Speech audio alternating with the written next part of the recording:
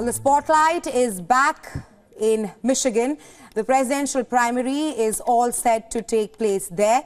And now, in the last leg before the election calendar moves to Super Tuesday on March 5th. Well, polls are set to open on Tuesday at 7 a.m. local time. Well, both Democrats and Republicans will feature on the ballot. But voters can't pick contestants from more than one party, known as cross-voter voting. Among Democrats, President Joe Biden is facing minimal opposition, and his grip on the nomination is not in doubt. But voters in Michigan can choose being uncommitted, which gives them the option of casting what is essentially a protest vote. The primary is a test of Biden's ability to navigate dissent over his response to the ongoing Israel-Hamas war. The state that's home to a large Arab-American population. Well, Michigan Governor Gretchen Whitmer has expressed concern that Biden risks losing support among the voter group in Michigan. If a sizable portion of the Democratic electorate here in Michigan votes uncommitted during the primary, that will be a 5-alarm fire for the White House and for the Biden campaign. That will tell them that they have a strong and enduring problem with this important constituency that they're probably counting on in November.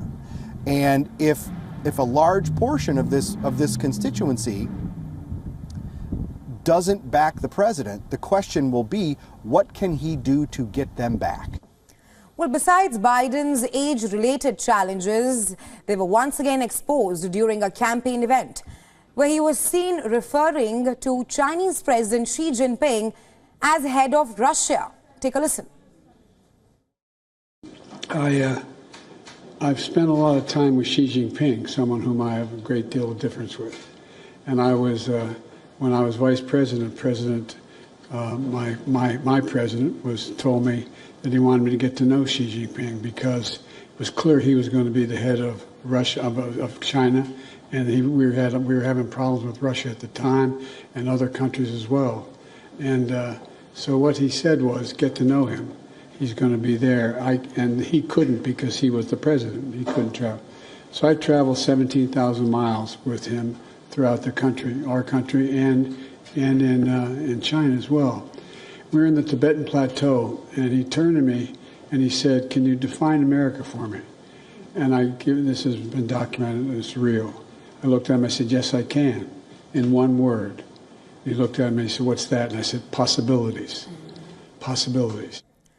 According to polls, Biden trails Republican frontrunner Donald Trump in Michigan in a hypothetical 2024 rematch.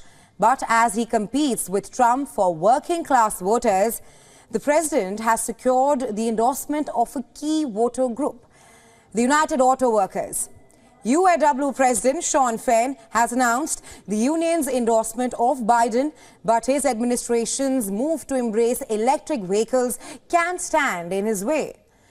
Well, on the Republican front, Donald Trump is looking to add to his sweep of the early voting states after winning in South Carolina. The former president is firmly on track to secure the party's nomination after voters cast their primary ballots. 4 days later, Republicans will host an additional competition. The GOP primary results will only award 16 of 55 Republican delegates that will be awarded. The others will be decided at a state party convention.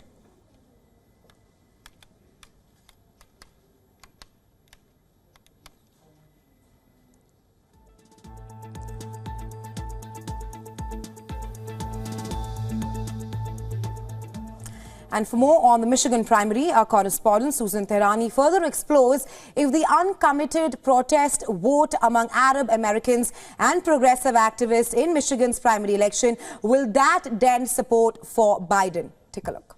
It's possible that the uncommitted protest vote by Arab Americans and progressive activists in Michigan's primary election would put a dent in President Biden's support and signal a rift in his backing among a crucial demographic. This effort is backed by prominent figures like Congresswoman Rashida Tlaib and former Congressman Andy Levine, and could potentially erode President Biden's standing among voters who are critical to his re-election campaign. But the focus on uncommitted votes, while it serves as a protest against President Biden's stance on Israel, it could also indicate a deeper dissatisfaction from Biden's policies on other issues among these individuals.